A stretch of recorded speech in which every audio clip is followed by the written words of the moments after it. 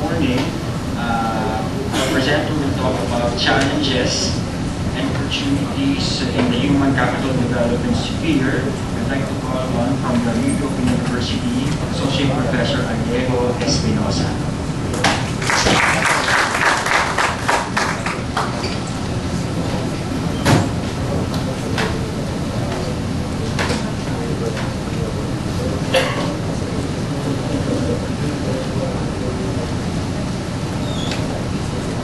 Good morning ba o good afternoon? In the middle. Magandang umaga sa inyo lahat. Ako si Bingo Espinosa sa UP Open University. I teach multimedia studies. And when I was invited last Friday to make a presentation here, ano ba ang represent ko na human capital development? Now, what I'd like to share with you in the next 20 minutes is basically 2 videos and a little bit of ad-lib, because there's something that's brewing out there that we're probably not aware of. So I'll start with a video, 8 minutes, and I want to talk about the elephant in the room. May elephant ba dito? Wala, no? So can you play the first video? Okay, I'll spend 7 or 8 minutes talking about elephant in the room. Elephant in the room is an idiomatic expression which refers to something that is large and obvious but not talked about. So there are many changes happening in media right now. Use 3 examples to illustrate the elephant in the room. First would be this 3G phenomenon network that telcos have introduced. So if you look at the newspapers and you drive by and see this tarpaulin ads for some You notice that 3G, WiMAX, 4G, smart probe. So here's a device, 4,500 pesos, which you plug into your television, see the RCA jack. And you don't need a PC to quote-unquote surf the web. So, and you pay, there's no monthly fee, and you pay 10 pesos for 30 minutes. So it's practically as cheap as going to your local internet cafe. So think of the implications of that when all of a sudden your child doesn't have to go to the internet cafe because he or she has a television, certain TV box, and they can watch television, not television, but web videos online by cheap. So that's the first example. Second example is looking at the prices of hard disk drives nowadays. I remember in 2007, a 1 terabyte hard drive was 13,000 pesos. In 2008 December, I said maybe I should, I was thinking of buying already, but it was still worth 10,000 pesos. December 2009, it was down to 6,000 pesos, and I was already tempted to buy a terabyte hard drive. That's 1,000 gigabytes. And then 2 weeks ago, so this is February, what used to cost 6,000 pesos is now only 4,000 pesos. So it's like 4 pesos per gigabyte of hard drive storage. Think about it. what can you buy with 4 pesos today? Where they don't have internet access. What if there was a media server and a terabyte hard drive that contained tens of thousands of videos? And, as you know, that's what I've been doing in Pagadian, some Robert's work. There are media centers in 14 high schools that will have internet access.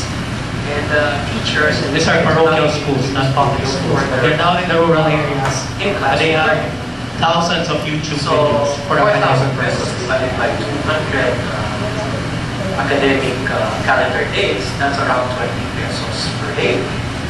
So think about it.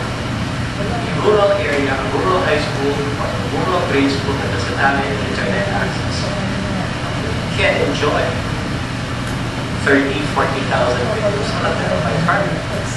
Any other technologies to manage lots of them. management system. That's a different story. Third example of the group would be this China phone phenomenon. So you now have Blackberries and Nokias and iPhones that have integrated Wi-Fi connectivity on China iPhones. How many of you have China We iPhones? have a situation where China Blackberries. Wala ka sa umamin? which have this so-called micro SD card or trans flash card. This small insignificant expansion cards are now good enough to store rich media. So take the example of 1 gigabyte SD card or a micro SD card. It can contain around 16 hours worth of videos, YouTube quality videos, converted into 3GP. That's the format that these phones use. So think of a situation where a typical college student nowadays goes to university, goes to the classroom, and attends 16 to 18 hours worth of video lectures.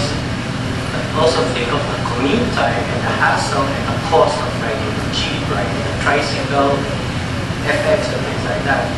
But now you have the capability to watch the videos on your phone. Companies have provided invaluable technology and support to schools and communities. Ang lakas ng audio ng China phone, ha? That's not a true Blackberry, that's a China Blackberry. Mind you, the audio quality is pretty good already. And really, if we're talking about talking head type of videos, the video is not as important as the audio when it comes to these video lectures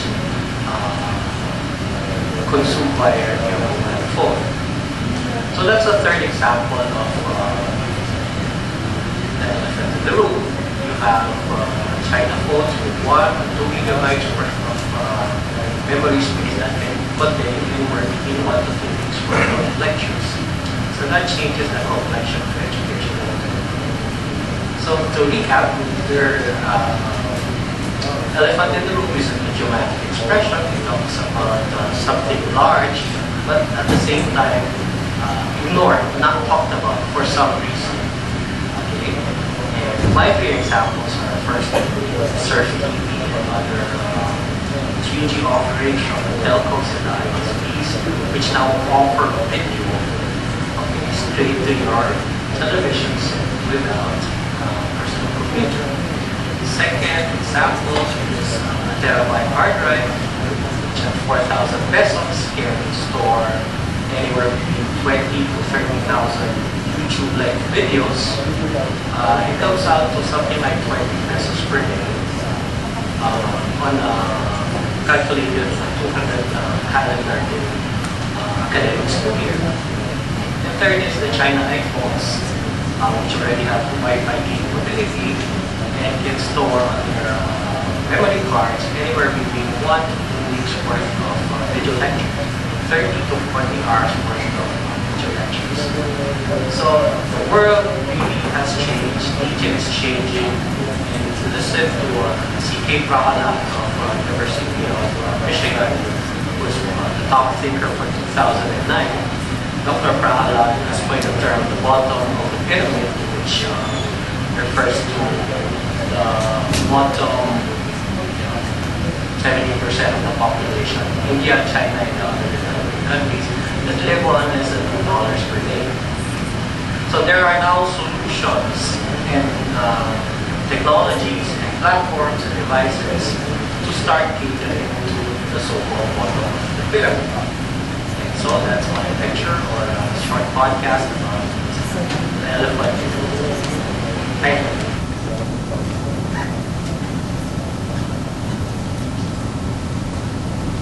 Any comments? Any reactions?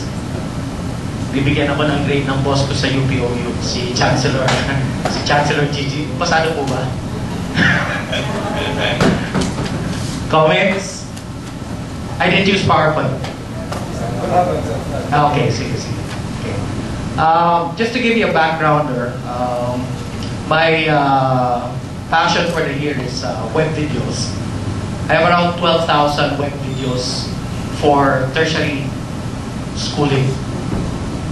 Okay, so if you wanted anything on global warming, I can give it to you. If you wanted anything on climate change, I can give it to you. PPO, I can give it to you, etc., etc. It's all out there, except that there's some missing pieces, but there are now technologies to, harness all the media that's out there that's catering to a certain audience. So like my audience right now would be public high schools and parochial high schools. Eventually, it will go up the food chain, university level. But what's not being discussed is really what happens to teachers, professors, lecturers that get disintermediated. Because all of a sudden, the learners are now more knowledgeable because they watch something good from TED Talks, from Fora TV, etc., etc. And then the poor professor, teacher, lecturer says, ba't nyo alam yun? Hindi na kayo nag-Google. Kasi meron kaming pinafollow na community and ito yung mga pinapanood namin sa community.